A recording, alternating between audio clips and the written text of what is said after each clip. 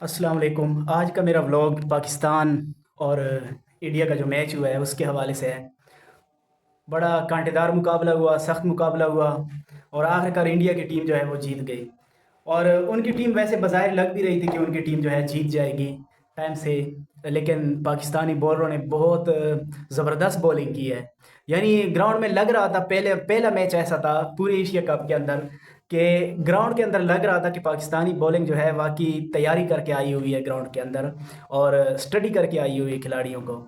जैसे शाहीन को आपने देखा, पिछले मैचों में अगर शाहीन को आप देखें तो बाएं हाथ के जो बल्लेबाज हैं उनके खिलाफ बिल्कुल गेंदबाजी नहीं हो रही थी उससे, इब्रार से बिल्कुल नहीं हो रही थी। कल इब्रार ने भी अच्छी बॉलिंग की, शाहीन ने तो बेहतरीन बॉलिंग की, फ़हीम ने भी उम्दा बॉलिंग की।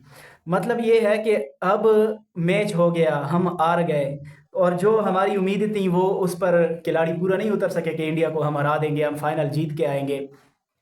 बहरहाल जो कुछ भी हुआ, अब आगे के तबसरे क्या हो रहे हैं, बड़ी हैरानगी की बात है। आगे अब कोई कह रहा है कि यार बाबर आजम को वापस लाओ टीम में, आपकी टीम बन जाएगी। कोई कह रहा है रिजवान को वापस लाओ। भाई अगर उनको वापस ही लाना है, उनको क्यों निकाला था?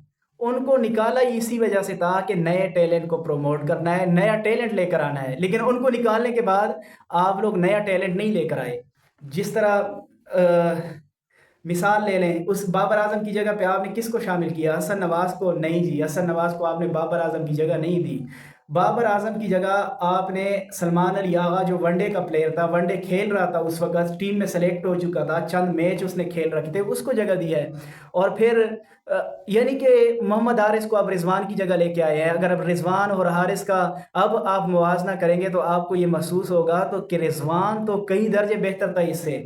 तो अब ज़रूरत ये नहीं है कि बाबर बाबर का मैं बड़ा फ़ैन हूँ जनाब। मैं उस वक़्त भी मेरे ज़हन के अंदर ये एतराज़ात थे कि ये पाकिस्तान की कमेटी क्या कर रही है, पाकिस्तान की सिलेक्शन कमेटी क्या कर रही है, सो रहे हैं सारे इंतज़ामिया वाले। लेकिन अब मैं नहीं हूँ इस हक़ में कि बाबर आज़म को वापस ये लोग लेकर आएँ, क्योंकि बाबर आज़म की परफ़ॉर्मेंस भी तो फिर यही है जो यहाँ पे चल रही है इस वक़्त। तो अब नए जो लड़के हैं, जो डोमेस्टिक के अंदर खेल रहे हैं, यंग लड़के, अब उनको प्रमोट करें। ये आपके पास मौका है कि आपके जो यहाँ के खिलाड़ी हैं, जो काफ़ी देर से ये बातें चल रही होती थी कि इन लोगों को शामिल करो, ये आपको परफ़ॉर्मेंस करके देंगे, तो अब वो फ़ेल हो चुके हैं। अब आपके पास एक जवाज़ आ चुका है उनको बाहर निकालने का, उनको बाहर बैठाने का। तो अब जो आपके ऊपर ये प्रेशर था कि इन लोगों को मौका उनसे पहले मिलना चाहिए, तो अब इनको बाहर करो, नए टैलेंट को लेकर आओ। ये 1 साल मेहनत जो आपने उन्हीं लड़कों पे दोबारा की है, नया टैलेंट जो है, जो बिल्कुल यंग लड़के हैं, उनको 1 साल आप मौका दो। सबज़ादा फरहान है, वो डोमेस्टिक की मार खा के आया था।